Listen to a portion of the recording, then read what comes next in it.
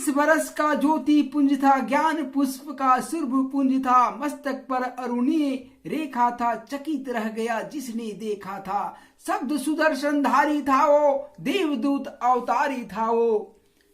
यह दोस्तों, आज मैं मुकेश आनंद आप लोगों के बीच में नरेंद्रनाथ दत्त, जिसे पूरे विश्व स्वामी विवेकानंद के नाम से जानते हैं और आदर करते हैं, आखिर क्यों का जवाब है अमेरिका के धर्म संसद में। भारत का एक युवा सन्यासी गेरुआ वस्त्र धारण किए भारत का प्रतिनिधित्व कर रहे थे। पश्चिमी देशों की धर्मगुरु के सामने सनातन संस्कृति के एक संदेश वाहक ने भारत को विश्व गुरु के रूप में पुनर्स्थापित किए, धर्म का पताका फहराए। 11 सितंबर 1893 स्थल अमेरिका का शहर शिकागो, जहां पूरे विश्व के धर्मगुरु अपने धर्म का श्रेष्ठ बता रहे थे, जहां पर अवसर था भारत का प्राचीन सभ्यता संस्कृति का उजागर करना। और भारत का एक युवा तपस्वी स्वामी विवेकानंद ने विपरीत परिस्थितियों में, जो वहां का परिस्थिति था काफी विकट था, काफी दिक्कत था, उस परिस्थिति में भी जहां पश्चिम देश की सैकड़ों विद्वानों के बीच बैठे विवेकानंद का मजाक उड़ा रहे थे। स्वामी जी के मस्तक पर ज्ञान का तेज तो था, लेकिन अहंकार नहीं। भारत का तीसरी दुनिया मानने वाले, सपेरों का देश कहने वाले मन ही मन स्वामी जी पर हंस रहे थे। बड़ी बड़ी बातें करता है भारत, विश्व का प्राचीनतम सभ्यता कहता है, बात बात पर उपनिवेश वेद खोलकर बैठ जाता है भारत। जहां बात मुकाबले की आई पीछे हट जाता है। भारत एक लकड़ी का सिपाही जंग लड़ने भेज दिया, ये तो हमारे तर्क का पैनी तलवार का एक वार भी नहीं सहेगा। स्वामी जी सभा में सब सुनकर शांत भाव से बैठे थे।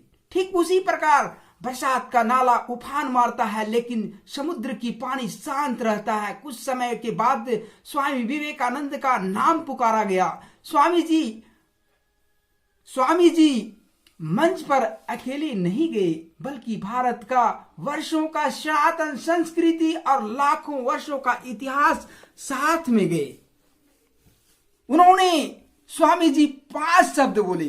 कितना बोले? मात्र 5 शब्द बोले, और सनातन धर्म का 500 साल तक झंडा पश्चिमी देशों में गाड़ दिए। क्या बोले उन्होंने? क्या ऐसा शब्द बोले जिससे वहां के लोग सोचने पर विवश हो गए, उनको देखने के लिए, उनको सुनने के लिए विवश हो गए। पहला शब्द था sister and brother of America.